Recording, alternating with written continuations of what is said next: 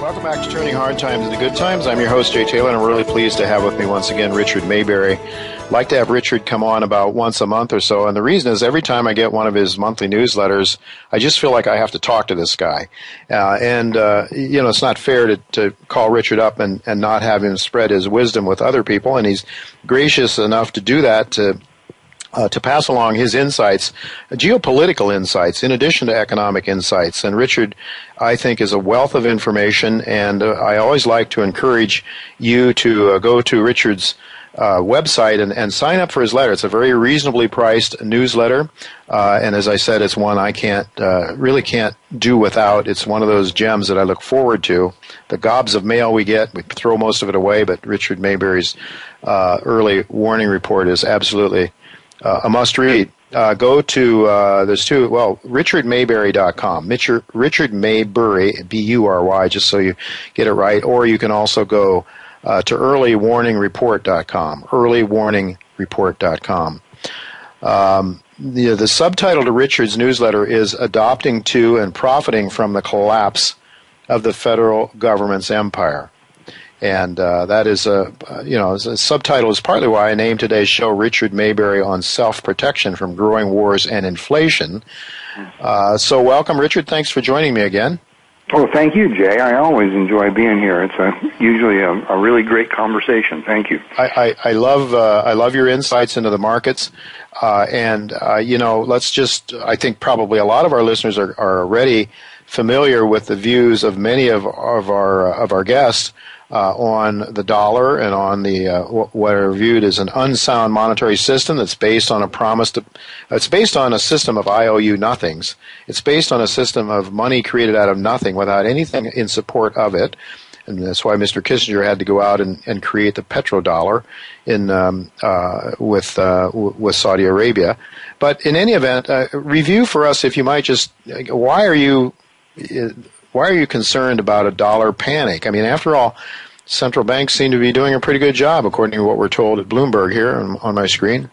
Okay, well, we're stuck with having to talk just theory here because the world has never before been through a case where all currencies are fiat currencies, meaning created out of nothing, out of thin air, and that the whole world is afraid of all of the currencies. That's never a condition that's never existed before. And it's growing more intense now, as everybody knows. You've seen the euro collapse. That's a major currency that's taken a very sharp dive. And I think what I've come up with is the hypothesis, and it can't be any more than that because there's no evidence, because there's no experience on this, but I think it's a pretty good hypothesis, working hypothesis, that what's going to happen is one currency after another is going to be subject to a panic, and it looks like the euro is headed in that direction, and a lot of others will too. And what will happen is that people will be running out of currencies that they regard as lowest risk. And so they will more and more crowd toward a few select currencies. One would be the Swiss franc, and then the other one probably the U.S. dollar. And as other currencies are falling, going into panics and being driven down, people will more and more run to what's left, and will eventually be in a position where the only thing that's going to be left is the U.S. dollar.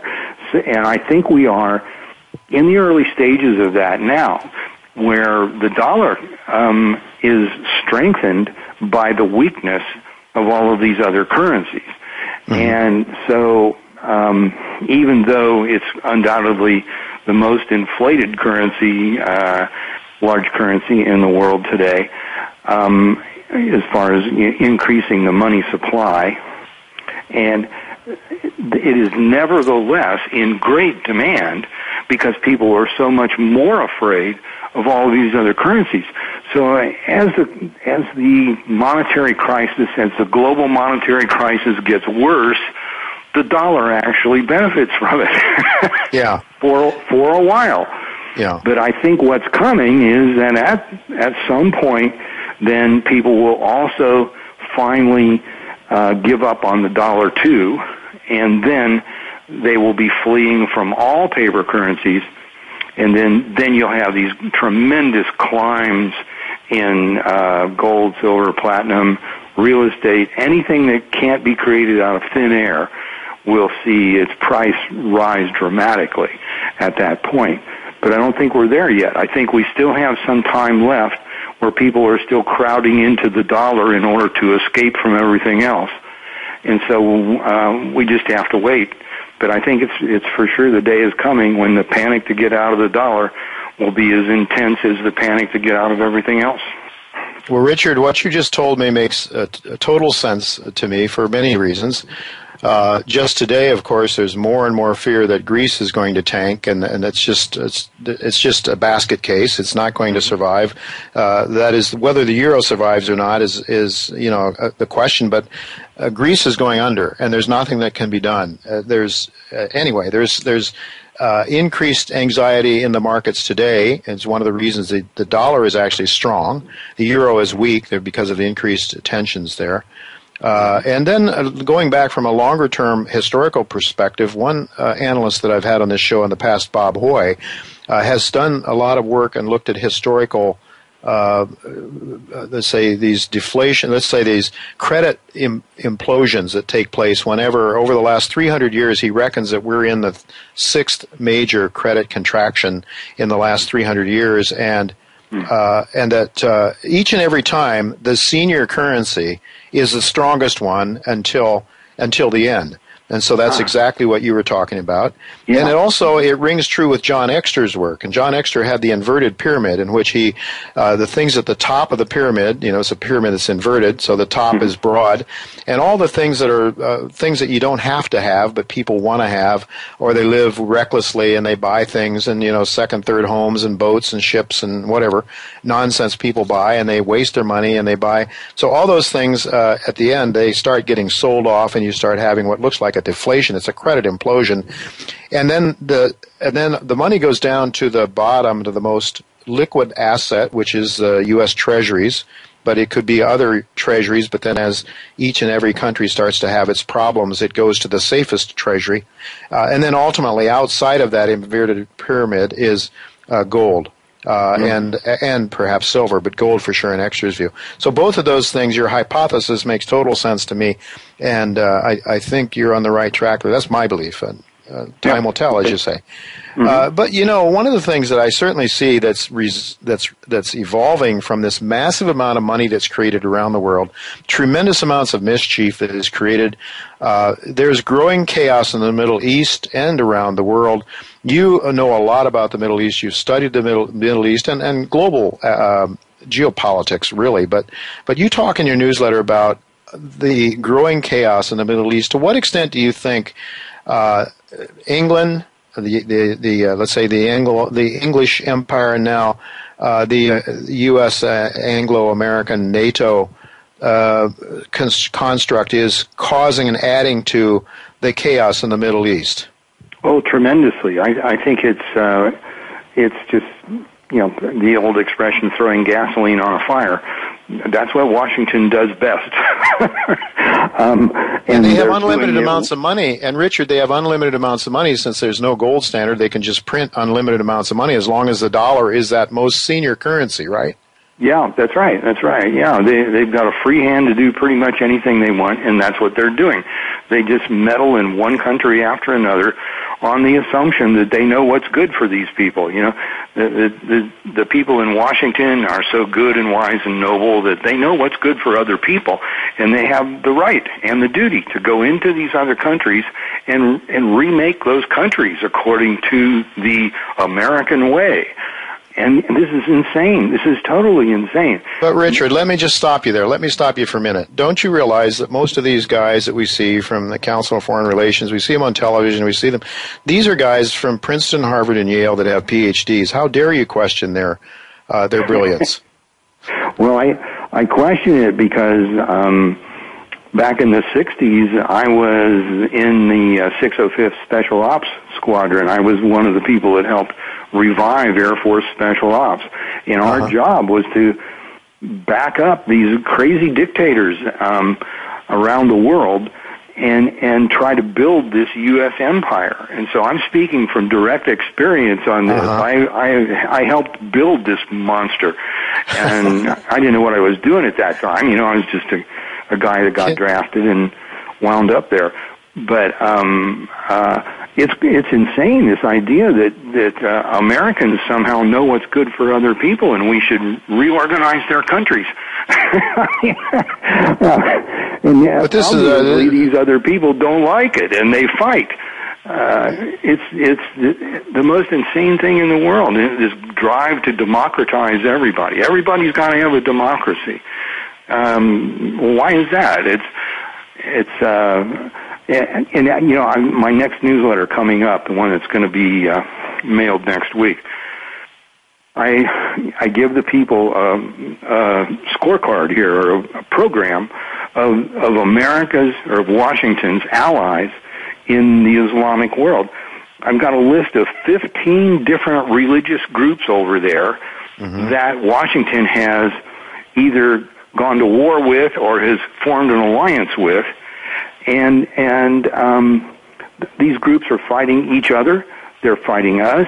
It's just a free-for-all. It's a complete, total free-for-all over there that Washington has created by trying to go into those countries and reorganize them according to the American way. Well, the American way, to me, I'm confused about what the American way is, because didn't we supposedly fight World War I to make the world safe for democracy? And here's the other thing, Richard. I believe that it's fairly well documented, and Daniel McAdams talks to us from the Ron Paul Institute for Peace and Prosperity. I've had other guests, James Perloff, for example, on this show, that there have been false flags in past wars. They've at least to get the American people's support behind those wars. And just more recently, Victoria Nuland, financed by supposedly by George Soros's money, went in to unseat the elected government of the Ukraine, and we got our own guy in there that would support the NATO alliances. They didn't. NATO didn't like the idea that the guy that was elected was too close to Putin, and so what kind of then we put in a thug. To our liking. It seems to me that we don't give two hoots, and I say not the American people, but the powers behind the throne doesn't give two hoots about whether people are elected, about the people in these countries. It's all about grabbing their own power. And is this chaos being created to serve some end? The end is the joy of using power. I think that's one thing Americans have really forgotten completely. It's been cleaned out of their educations, is that power corrupts. And people hear that as a cliche, but it never sinks in as to what it really means. There are lots of people in the world who just love to meddle in other people's business. They like to interfere. They get a joy out of that, and they go into politics where they can do that.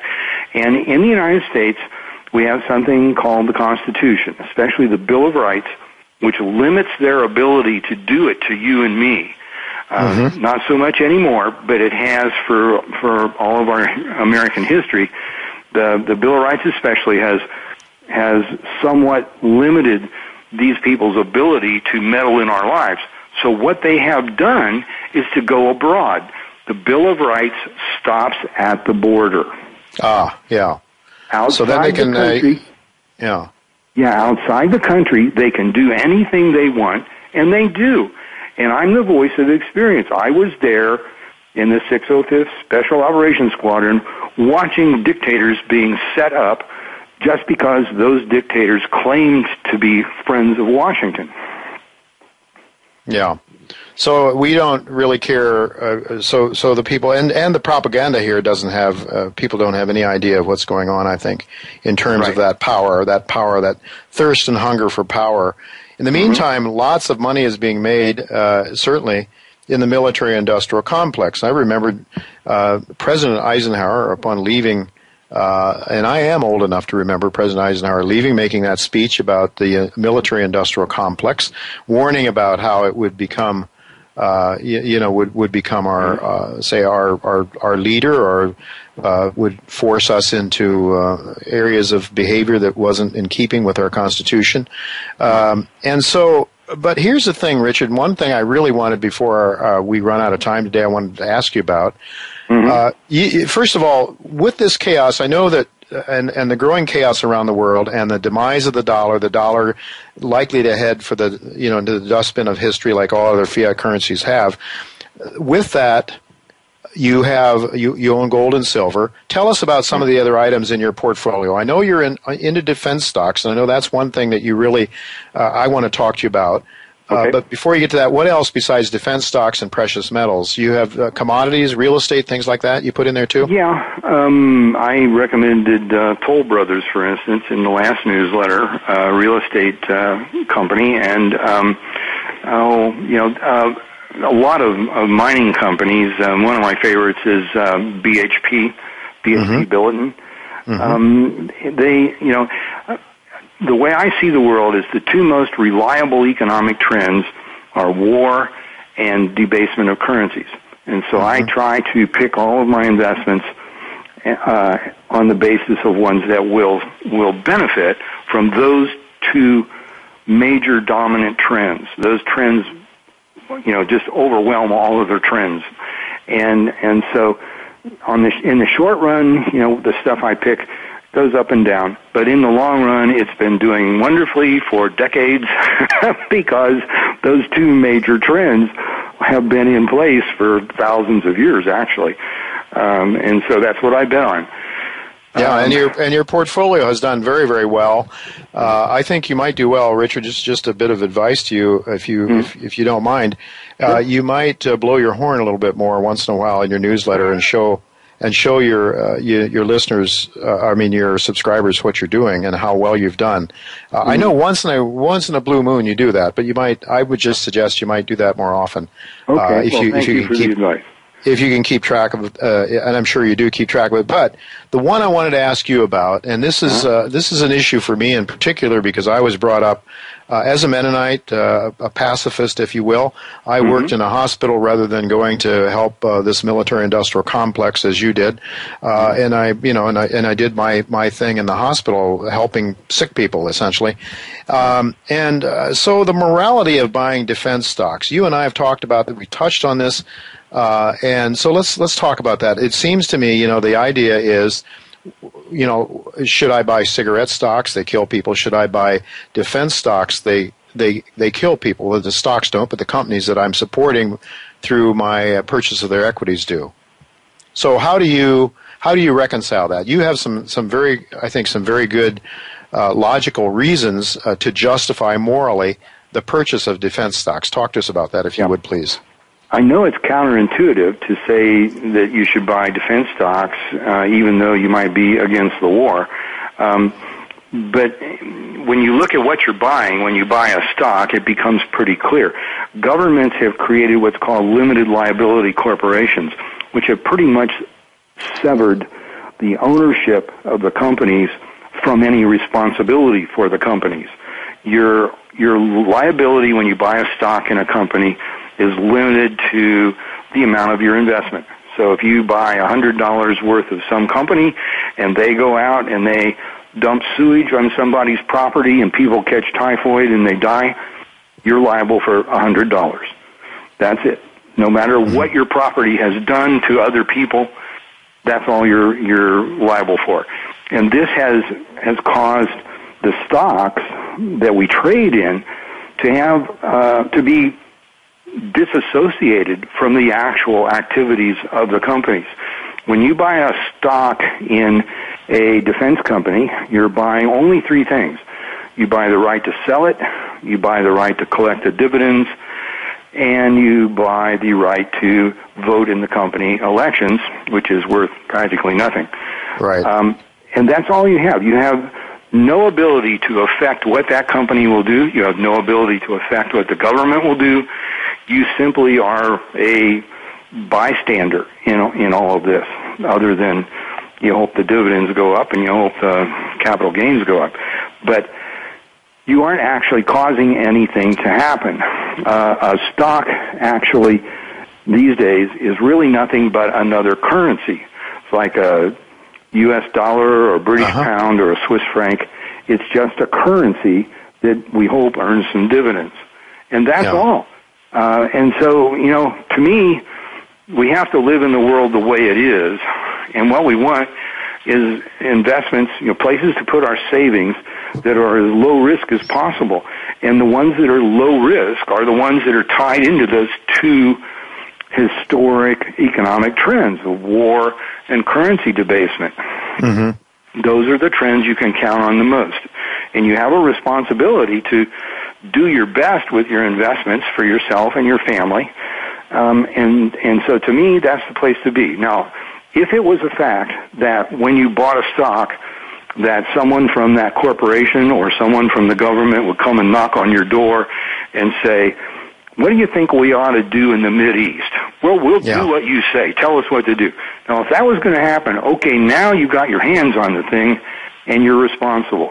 But the reality is you aren't responsible because you don't have your hands on the thing. Mm-hmm. All right, that's fair enough. I think. I mean, certainly, if you can't live in this society without contributing to the military-industrial complex when you pay your taxes and one thing or another as well. Yeah. Right. So that's another. Yeah. Another angle to it. Do we have time? Yeah. We've got a minute, perhaps yet. Okay. Richard. Another thing is that I'm actually kind of proud of owning some of these companies because. They don't just sell to the U.S. government. They sell worldwide to people who really do need these weapons for their personal defense. One example is the Swiss. There's nobody more neutral, more peaceful than the Swiss. Well, they deserve to be protected, and to say that, let's say, Lockheed can't sell to the Swiss is to say the Swiss don't deserve to have the ability to defend themselves. Well, I don't believe that for a minute. I think those people do deserve that. So there's a lot of honorable stuff that goes on worldwide with these companies that I think, helps to counteract the dishonorable things that Washington is doing. All right, very good. Well, unfortunately, we'll have to leave it at that. I think your points are well taken. I should have perhaps a little bit more time on this, but anyway, I will say that it is, I think, very, very good arguments that you've made. I would suggest to Christians that might have a problem with them to read the parable of the dishonest manager, and then I would suggest that if you have a problem with owning these stocks and making profits from them, take the profits and send them to the Ron Paul Institute for Peace and Prosperity. They can use that money to help the world understand and move back towards the Constitution of the United States, which I know is what Richard really wants to do as well. Richard, we're out of time. I will look forward to having you again next month, I hope. It's always a pleasure to have you. You're such a pleasure to have on the show. Thanks for joining me again. Same here. You're doing a great job, Jay. Thank you very much.